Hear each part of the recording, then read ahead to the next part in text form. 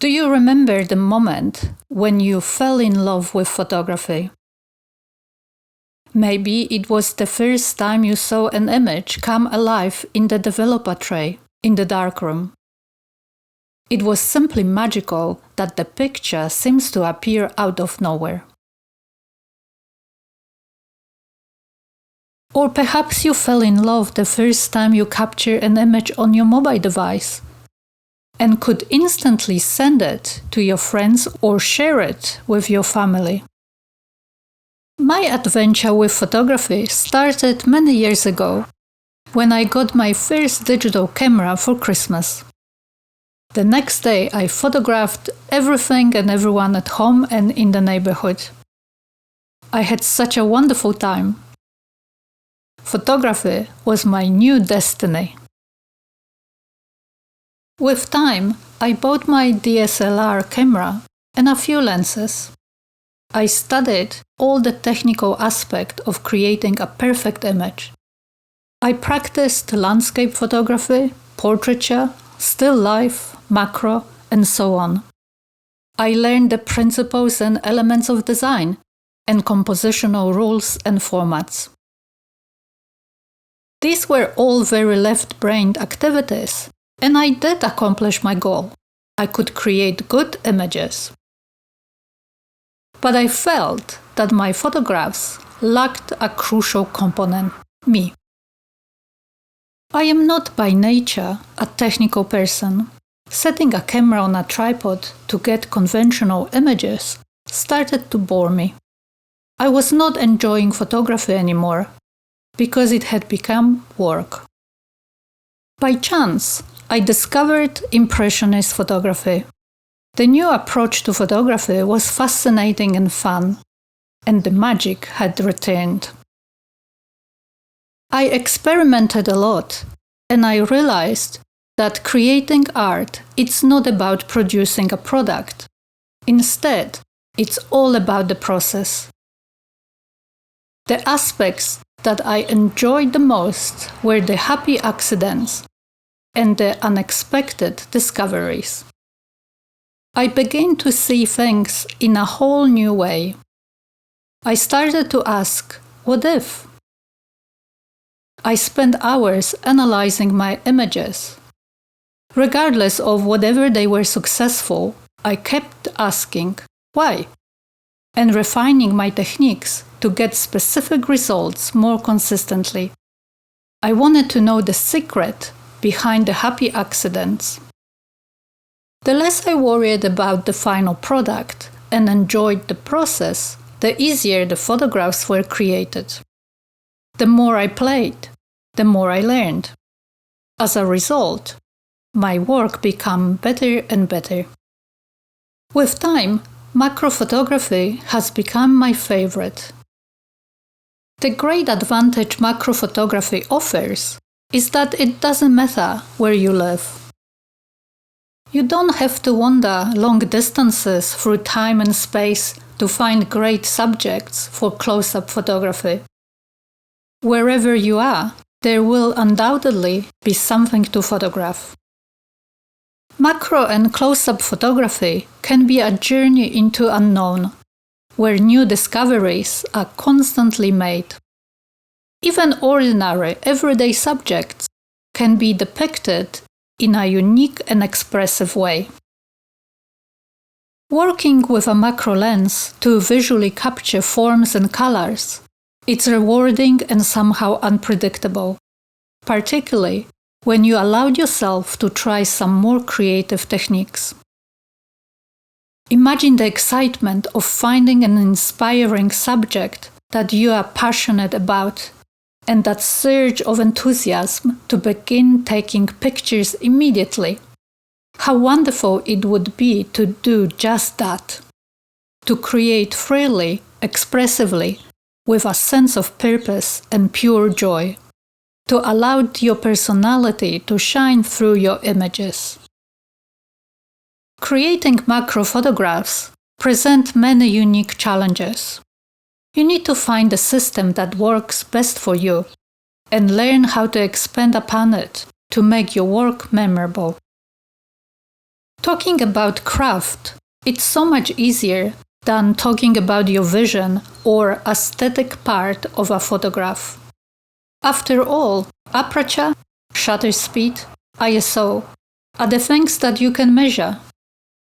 f8 or 100 of a second are always the same, regardless of your mood, weather, or location. Vision, style, and taste, on the other hand, will continually change.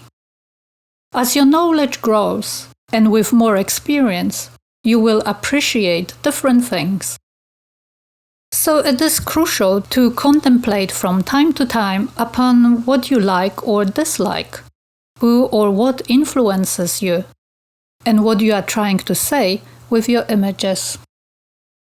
Art is simply an interpretation of what we are seeing. We are telling a story in color, light, and shapes.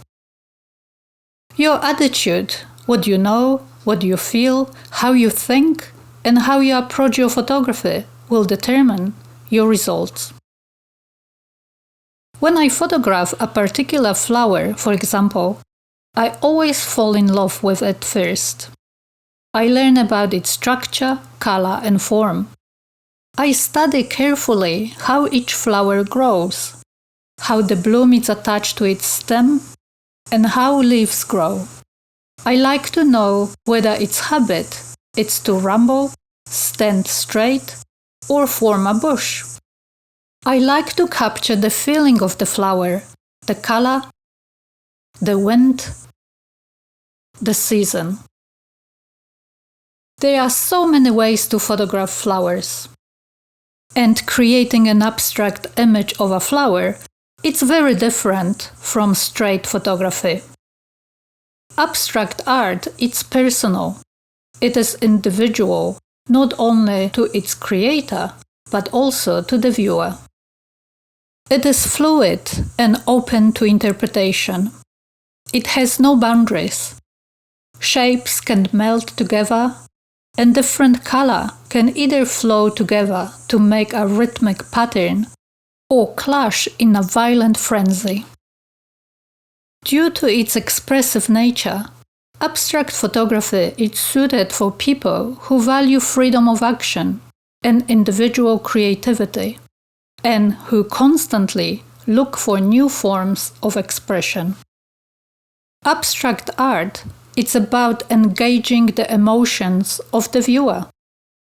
It causes us to look closely and spend time in the details of every vein and color change on a petal, to notice its texture and understand its unique form. Taking the time to observe in this way goes beyond wonder. It calms the mind and encourages thoughtful focus. Flowers and plants have so much variation, and each bloom and leaf is genuinely unique. That leaves a lot of room for freedom to express what you see in your own way, which means you have to have fun with it. There are unlimited subjects to photograph all year long. Each season has its own subjects. Spring is a time for new beginnings. The first snowdrops brings a renewed sense of excitement and anticipation for the year ahead. The splashes of color appear everywhere. Buds begin to swell and finally burst, liberating the new leaves. The simple shapes of spring flowers provide the ideal opportunity to begin experimenting. There is something magical about a cherry tree covered in a pink and white froth of blossom that glows with vitality and brightness. Summer brings a delightful kaleidoscope of color and abundance of subjects. Autumn's undeniable richness is full of golden hues and deep reds. It brings textures, pattern, and shapes of leaves, berries, seed heads. They offer exciting potential for creative experiments. Additionally, their graphic designs point towards a more abstract interpretation. Even winter, the peaceful resting period when plants are dormant, can bring so many inspirations. As you can see, inspiring design opportunities and subjects of each season can help you to stretch the boundaries of your imagination. We can learn from and be inspired by so much as each season passes, bringing changes in our photography. No wonder the seasons inspire not only artists, but poets and writers who express how flowers evoke love, pain, sorrow, and joy. Reading poetry and prose gives you another view of the subject and invariably kicks off ideas for images or ways of seeing. I am constantly searching out new and unusual subjects to photograph, as I have found that each unique shape and color challenge my photography skills. Choosing what you photograph is the first step towards creating beautiful images. Start with a subject that you love.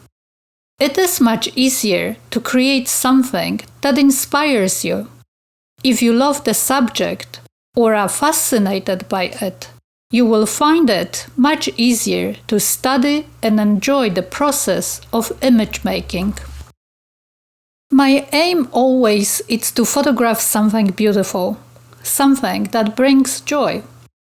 Flowers are naturally beautiful subjects in their own right. Rather than simply photograph them to accurately record their color and form, I prefer to place them in a composition that celebrates their unique character, whether elegance, flamboyance, or simplicity. The petals often give a flower its unique character, and they come in a vast array of shapes, colors, and textures, from rounded and simple to jagged and frilly. Some are translucent, others are opaque. Some have a velvety surface, while others are shiny. Naturally, all different subjects appeal to different photographers. However, most will agree that the subject does not have to be beautiful, colorful, or complex to work as a successful image. Similarly, the choice should never be governed by preconceived notions about what makes a good subject. Because of our familiarity with our surroundings, we often fail to appreciate their beauty and take them for granted. There is no magic formula. You should always feel free to attempt whatever inspires you and try out new ideas. I look for methods and techniques that best describe the flower's characteristics or the interpretation that I have imagined.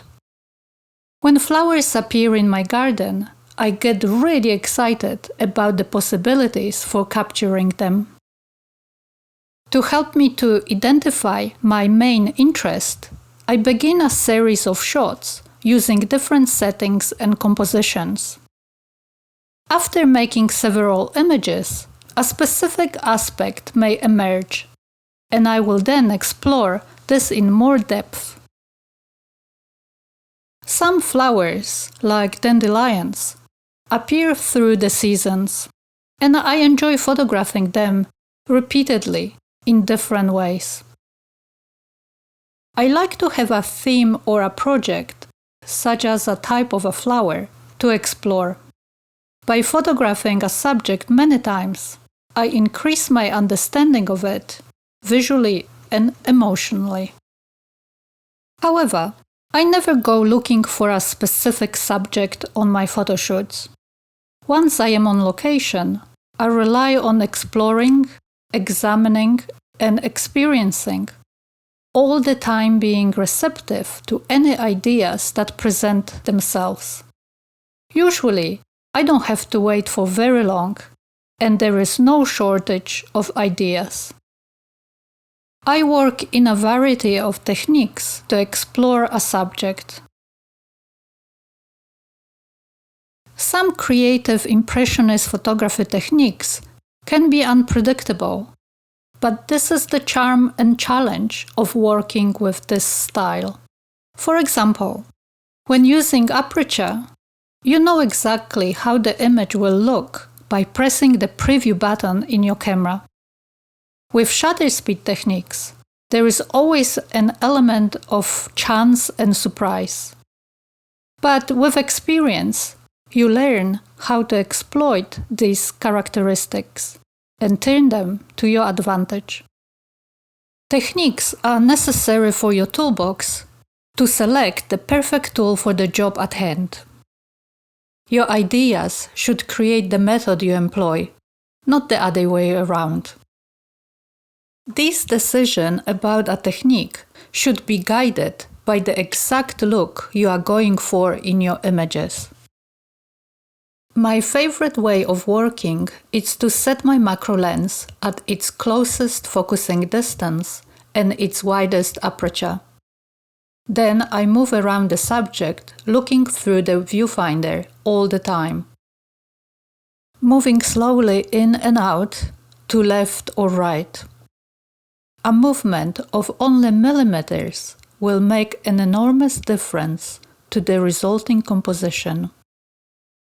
I watch as I move how the whole image changes, throwing different parts of the flower in and out of focus.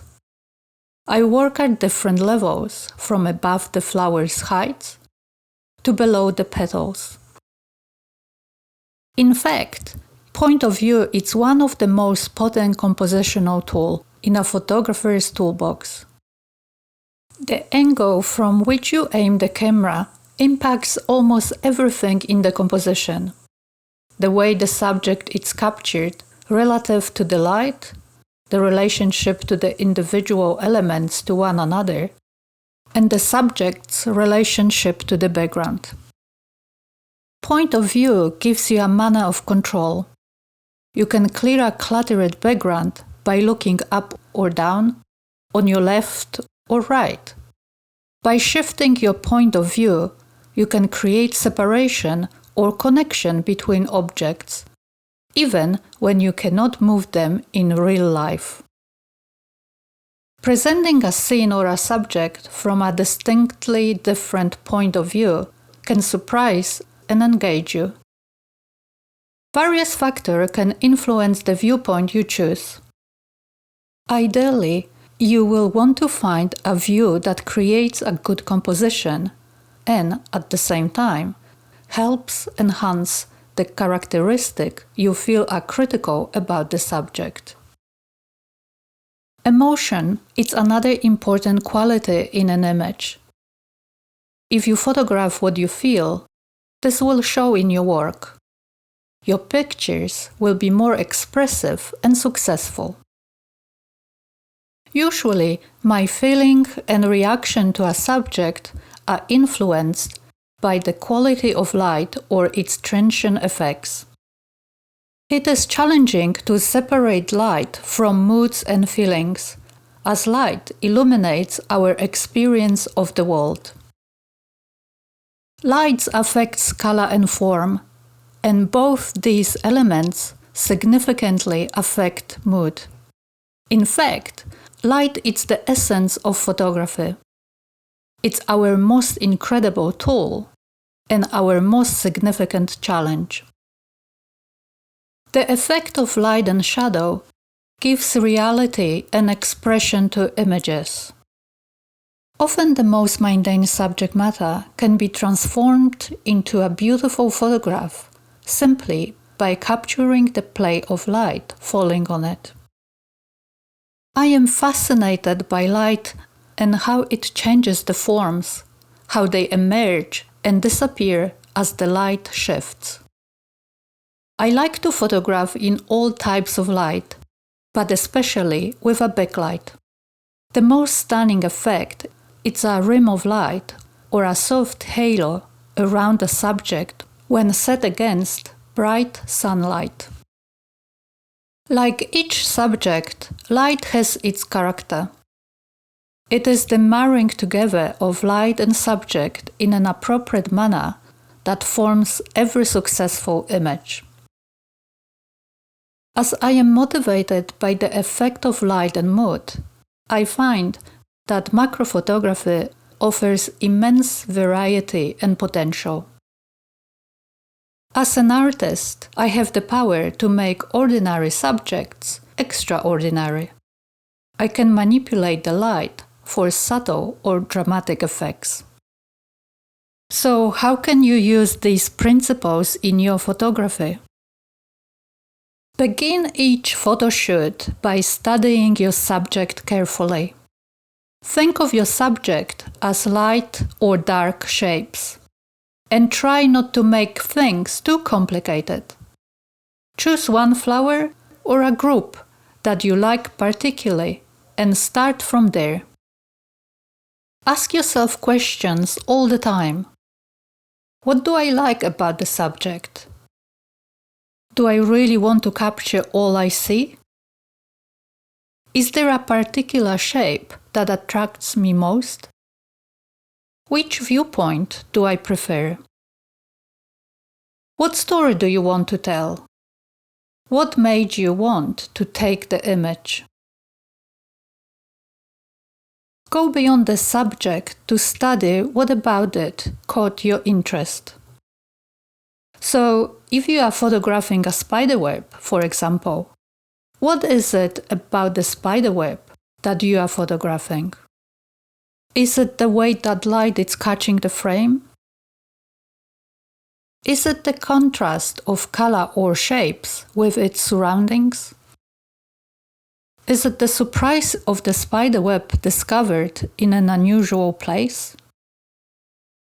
Answering what exactly you are photographing is the start to creating a composition to tell your story effectively.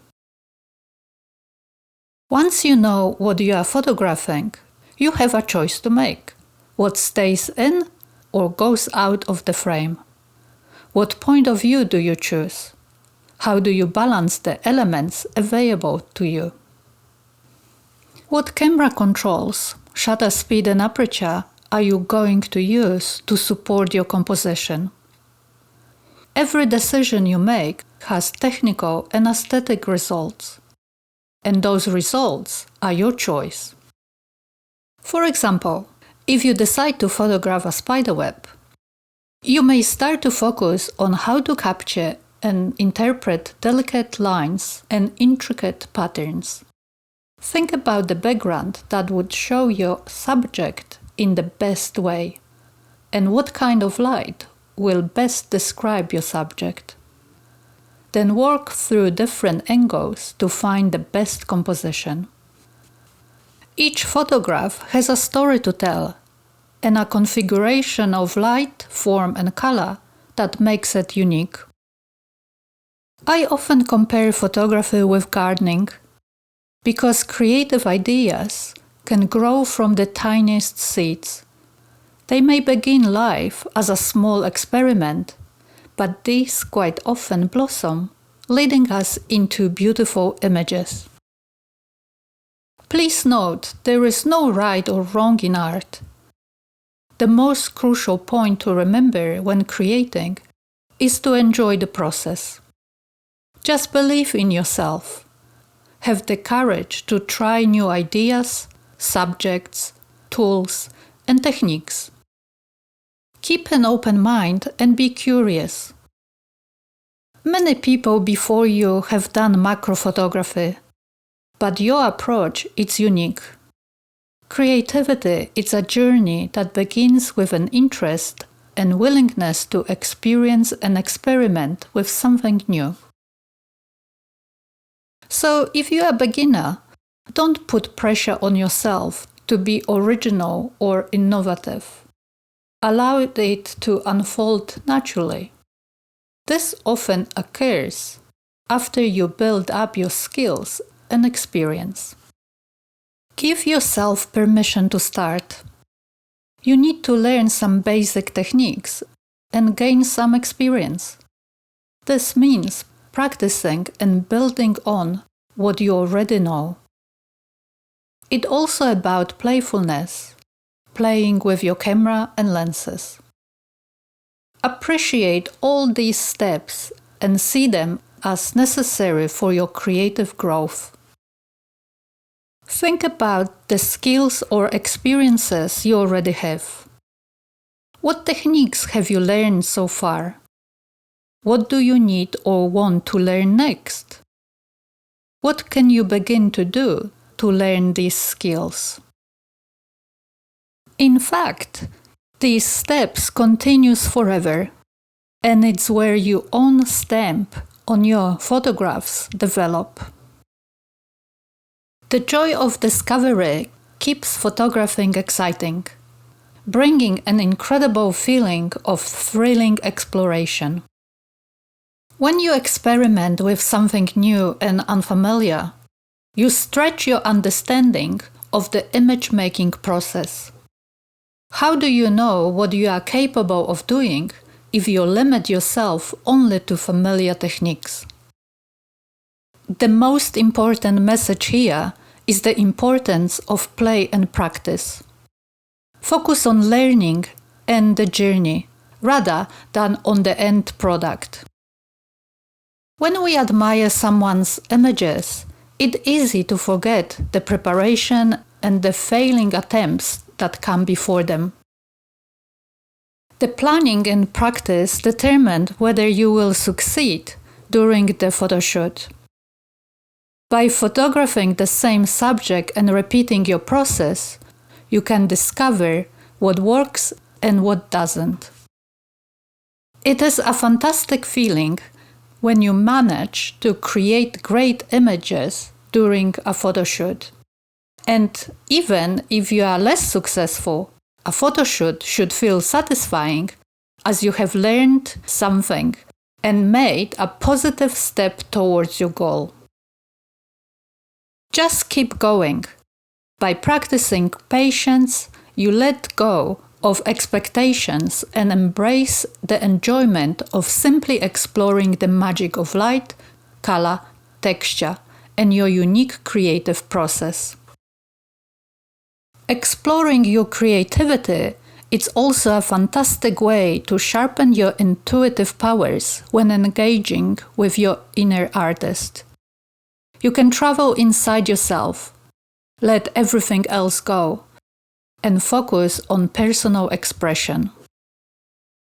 As you discover your own taste and artistic voice, you must push yourself in many directions until you find a set of techniques and ideas that work for you. Passion is more important than all the knowledge of using your camera and lenses. Never let anyone nor anything rob you out of it. Each of us has something unique to offer the world. Always be true to yourself, finding the joy, excitement, and adventure in your expression. Above all else, have fun. Joy is one of the main elements in life, and it is essential for discovering beauty. Beauty is in your photographs, and beauty is within you.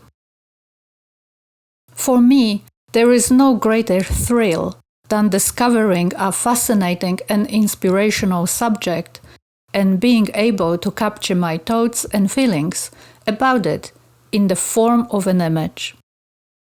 Photography is a beautiful form of self-expression. Thank you.